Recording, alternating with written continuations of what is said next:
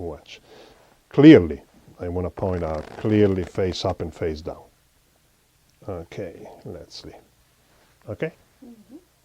Face up and face down. If I ask any person to separate the cards face up and face down, probably everyone would go through the deck and will separate the cards more or less in this way. I mean, but I will not do this. Magicians have other different ways to do this. Watch.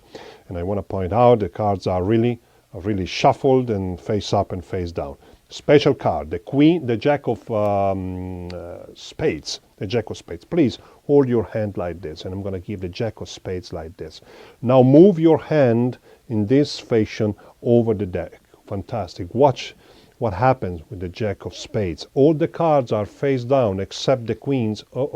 They're here. There are only 3 though. Oh, would you like to turn over that card? Oh yes, it's the missing queen.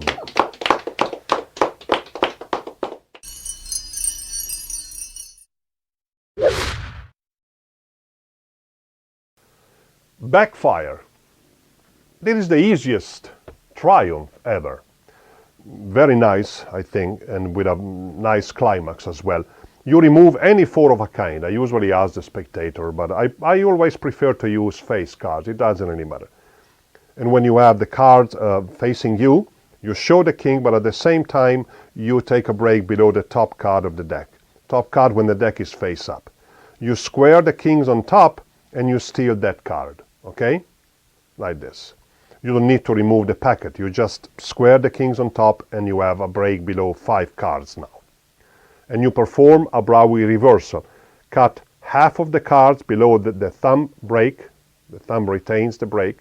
Flip it over, and half of the cards, actually all the cards, or even half of those on top, and all the cards on top. It doesn't really matter how many cuts you do. You have all the cards face down, except those 4 kings, and then different card face up at the bottom. And now you perform the Tenkai move. Very easy. Apparently you shuffle the cards half face down and half face up, but really it's not that. You cut half of the cards with the right hand, and you spread them like this. You fan them, the cards like this, or you simply cut the deck like this, and at the same time the left hand turns palm down like this. So apparently half of the card is face up and half of the card is face down, but really they're all face up except those 5 cards. And in this case you can even cut like some cards from the right hand side packet showing face up, and this card, 1 or 2 cards, so apparently cutting this packet showing all the cards face down, but it's not really a big deal. You riffle shuffle the cards, and I like to leave 1 or 2 face up cards on top, but even in this case it doesn't really matter. You square, emphasizing that position that the cards are all face down and face up. Topsy-turvy condition. And then I simply say, if I ask a normal person or I'm not a magician to separate the cards, maybe they simply move the cards like this until, and you remove the 5 cards, but also without saying anything, you show the position of the cards are shuffled together face up and face down, and you basically place the 5 cards on top, the 4 kings and the indifferent card. You reverse the order of the top 2 cards and you place them back on top. So 1 king, an indifferent card, and 3 kings, okay? And you double undercut these 2 cards to the bottom. Take a break below these 2 cards, which is very easy. When you reverse the order of these 2 cards, you put them back, and automatically you take a break. And you double undercut to the bottom.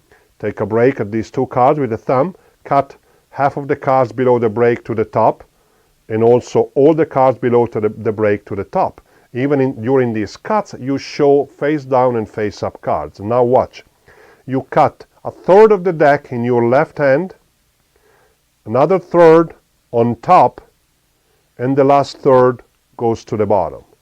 So the final position is there are 3 face down kings in the deck, and then all face up cards except the bottom 2, which are an indifferent card and the king. Watch. You do a double lift.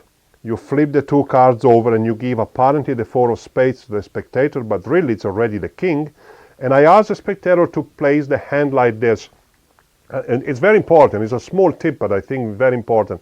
If you ask a spectator to grab the card like this, many times, most of the time, they are tempted to do this, to turn over the card.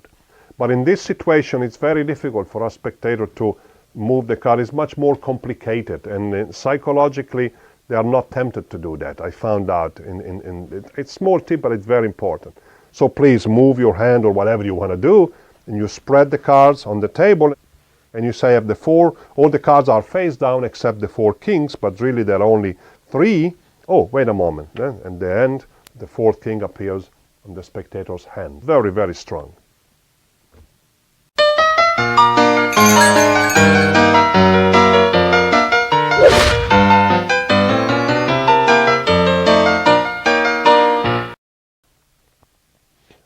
I leave 2 cards on the table. These 2 cards are going to help me doing something that will happen a little bit later. Please take any card.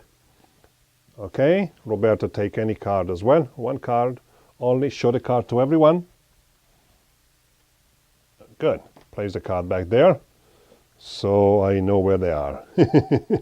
And I show you these 2 cards. They are the 2 jacks, the 2 black jacks. Please cut the deck into 3 packets like this, leaving the bottom, 3rd to the bottom, the middle, and so on. Okay? Totally at random. 1 card less, 1 card more, it would have changed up completely. I place 1 jack here and 1 jack here. Watch. And assemble the packet. So we have the 2 jacks face up in the middle of the deck. Nothing happened. They were there before. Face up. I take the cards next to them.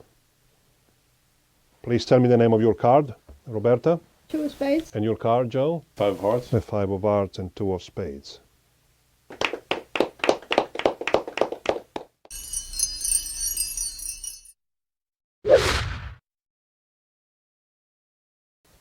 Sarabanda. This is a very simple, but I think very strong routine. You remove 2 cards, a pair, any pair. Usually I remove the 2 face cards, like 2 blackjacks, and leave them on the table. The selected cards are controlled back on the top. It doesn't really matter in which order. And once again, let's say I showed it the way I do. I take back the 2 selected cards, take a break between the 2 halves, and I do it a little bit different this time. Cut half of the cards above the break to the table, all the cards above the break to the table, and all the cards on top, so you have the 2 selected cards on top. It doesn't really matter, no matter what method you use. The 2 cards are on top. I show the 2 jacks, and at the same time I take a break below the top card of the deck, one of the 2 selected cards, okay? Like this. I flip the 2 jacks on top, and on squaring them on top of the deck, I steal one of the selected card, only one, okay? The spectator cuts the deck into 3 packets. This is the other selected card, okay? And remember this, you have 3 cards. And I say, I'm going to place the 2 jacks on top of 2 packets. You place the 3 cards on top of this, leave the bottom 2, and place the top jack on the other packet. Automatically, this is the selected card right behind the jack, and of course, the other selected card is right behind the other jack. And apparently, you just separate the 2 jacks, and the spectator cuts the deck in 3 packets completely at random. You assemble the deck in this way, left, middle, and top actually. You spread the cards, that's it. On the left side of the 2 jacks, you have the 2 selected cards. So beautiful, so easy. Try it out.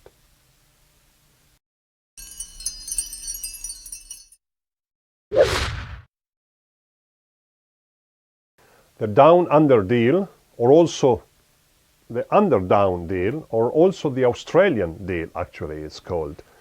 I had many magicians asking me, how come your duck and deal, always another expression, duck and deal is so fast? Because I practice it a lot. I like this very much. Actually, you should practice every move, even if it's easy. Many magicians do not practice this kind of moves because they think it's so easy. Oh, it's a self-working trick. I don't need to practice it, but it's not true.